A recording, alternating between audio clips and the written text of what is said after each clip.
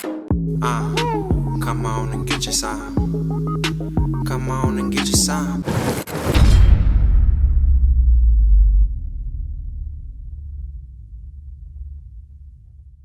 You controlled your life forever.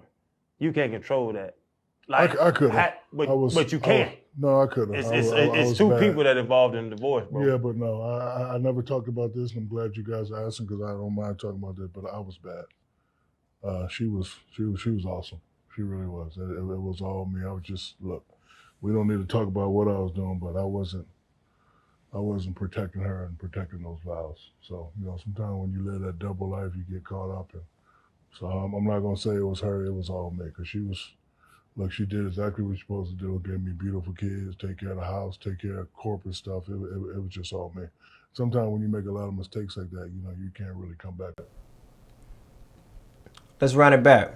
Let's run it back for round two. I like this. With the divorce, you controlled your life forever. You can't control that. Like I could have. But you can't. No, I couldn't. It's two people that involved in the divorce, bro. Yeah, but no, I never talked about this, and I'm glad you guys are asking because I don't mind talking about this. But I was bad. She was awesome. She really was. It was all me. I was just look. We don't need to talk about what I was doing, but I wasn't protecting her and protecting those vows. So sometimes when you live that double life, you get caught up in. So I'm not gonna say it was her. It was all me because she was. Look, she did exactly what she's supposed to do. Gave me beautiful kids, take care of the house, take care of corporate stuff. It was just all me. Sometimes when you make a lot of mistakes like that, you can't really come back. And that's some grown man stuff, as he should. It ain't never cool to be out here and be deflective about things that you did wrong. That's especially obvious. That's the number one thing that people have a hard time with, man. And I don't want to really make this agenda thing, but I could go down there, and I might as I keep letting my words fly. But that's some grown man stuff, man. You have somebody that's good in your corner, that's been holding it down. Y'all came up with y'all little plan. She's holding her end of the bargain. You're not holding up your end of the bargain. And people tend to do bad out here and project bad energy and involve themselves in acts that's only detrimental to their situation, and then they get out here and act like they ain't did nothing. Then they get out here and want to diminish the person who they was with, like they ain't had a back, like they didn't hold it down. When you got somebody good, you should always show love to them, even when you ain't with them no more. That's the most mature thing you can do. And he understands what that's all about. He understands what that's all about. It's good to see a brother out here taking accountability for the things that he do.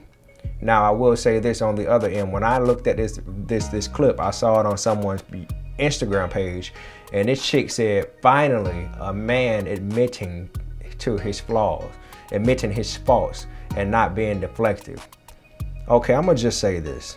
And the fellas, I got your back, right?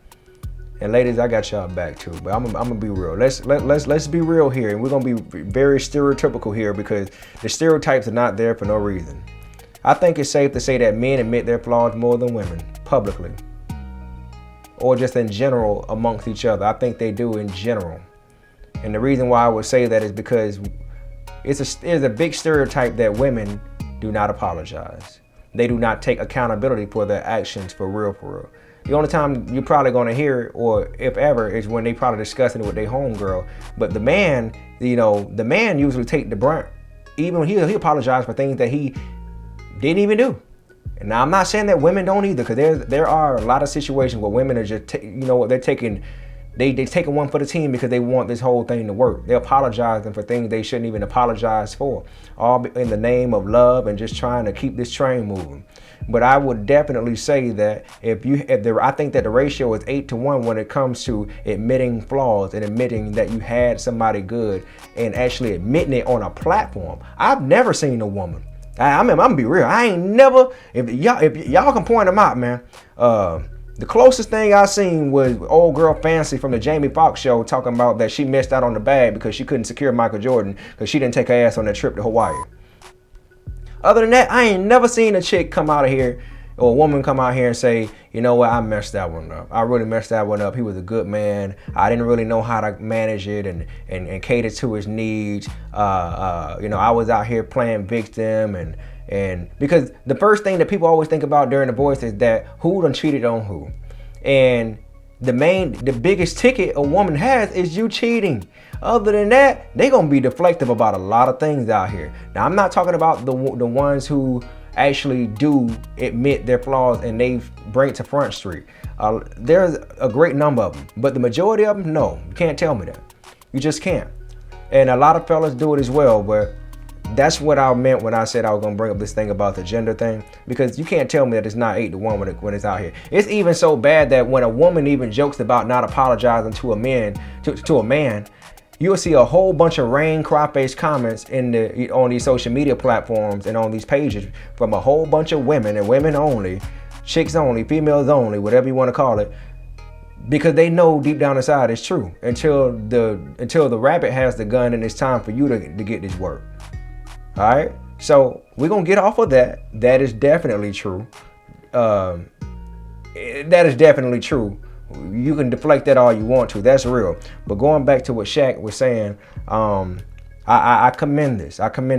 I wish that more people would be just like this. And then I think it opens up the door for healing. It opens up the door for more people to just look at themselves in the mirror and be like, you know what, man, it wasn't really that person. It was really me. See, Channing tried to make it seem like, he tried to get him to see like, look, man, it takes two. Yeah, it takes two. It definitely does take two. But there is one main person that can cause all the problems. And that's what it is. I'm glad that he didn't even allow Channing to get into his mental and say, no. It take two though. Take two for the boys. And he's like, no. I get that, but it was me, man. I'll foot that bill. I'll foot that. I'll eat that one. I'll take one for the team. It is what it is. Yeah, I messed up. I can grow from this though. This is maturity at its finest. If maturity was a person, it would be Shaq right here. Right here. This is what you get. It's not mature to do things out here and then run off to your friends and act like you ain't did no wrong. No. You full of shit. You're full of shit. All right. So I rocks with it all day long. All day long. You know what I'm saying? City Boys and Country Boys up by 36. By 36 points. And the reason why is because you can't ever go wrong by putting your truth out there so someone else can learn from the situation and possibly fix their issues and, you know, move on. I appreciate this a lot. I really do. Now, do I suggest everybody to go on podcasts and tell your business? No. That ain't for everybody. It ain't for everybody, man. Your business is your business and your business is your business alone. You don't owe that to anyone. And the one thing I hate about these days is that anytime there's a podcast or radio interview or anything that has to do with a public figure, at least a public figure, the first thing people want to do is jump into your business and figure out how y'all got a divorce, how did you make these different babies, what happened during this cheating session, this threesome, all that stuff. People want to jump straight into your business and don't even care about the work. Now, this podcast is a little different. It's about the work, but it's more so about who are you? Tell us what's going on from within. This is what the Pivot Podcast is all about, from the mind of athletic people, individuals. So I appreciate that. But as far as just interviewing folks and jumping straight into their business, I wouldn't suggest that y'all tell it. Because once you put it out there, you better be ready to eat them words, whether you wrong or you're right. You better be ready for people to just take that junk and say, well, you put it out there, didn't you? Hey, you put it out there. A person asked me about my personal life, I don't know shit. I appreciate people for putting out theirs. I appreciate it. You're better than me.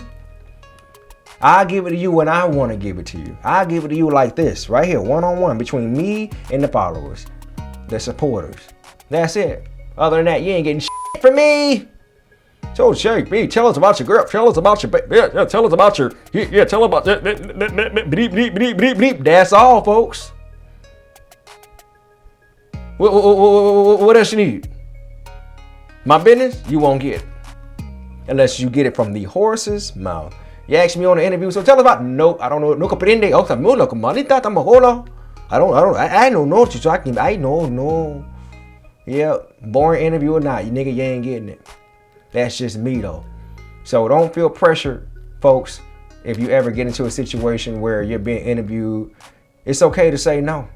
You don't have to go for shock value and want clout that bad. Some people will put their whole lives on the line and just let their business just rain. All because they're gonna bring them back a check, or they feel like they're gonna get 19 extra more eyeballs on their brand. And that's not the way to go about doing things, man. That's not the way to go about doing it. Shaq is already developed and has done his thing. He's a Hall of Famer. It's easy for him to probably get into that type of situation because, you know, he's Shaq. He's extremely well accomplished. But as far as people who want to come up and all this other stuff, man, look, you ain't got to do that. You ain't got to do that. But if you want to, just be careful. That's all I got to say. So what are your thoughts about this here? What are your thoughts? The end.